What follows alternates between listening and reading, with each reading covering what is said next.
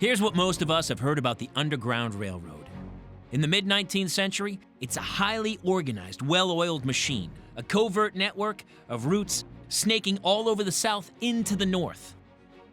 The railroad's masterminds are white abolitionists who outfox slave patrols with a cloak and dagger maze of lantern-lit tunnels, hidden compartments, and secret passageways. Once the runaway slaves reach a northern state, their worries are over. And by the time the Civil War flares up in 1861, more than 100,000 African Americans have punched their ticket to freedom. The truth has seceded from that recap, starting with the idea that the Underground Railroad is a unified national network. It's not this seamless network where you're being handed off from station to station and you go effortlessly from the south to the north. That is not the case. We should think of many networks, and we should think of many methods of escape. The Underground Railroad has no central organization.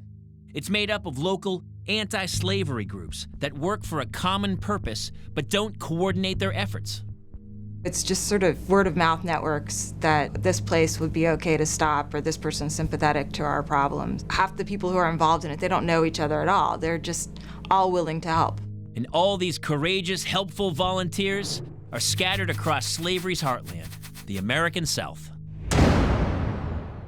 It's just the opposite. The Underground Railroad only operates in the North. Slaves who try to escape in the South are entirely on their own. They brave a perilous journey through the heart of Dixie, during which many are caught, returned, and punished. Only the lucky few make it all the way to the Northern Territory. And even with the help of the Underground Railroad in the North, runaway slaves are still far from safe.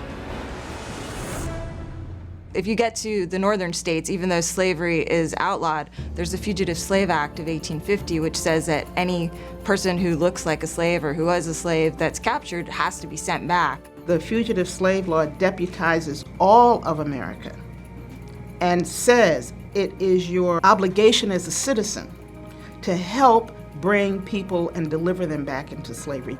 You have no choice, and so being recaptured and taken back into slavery is always a threat. That's why the final destination for most fugitive slaves is across the border into Canada, where slavery has been illegal since 1833. And they navigate their way there through the Underground Railroad's amazing variety of secret tunnels and passageways.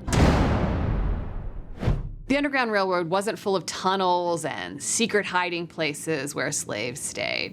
Mostly it was people trying to figure out a place they could stay for the night and then a route to get to the next place.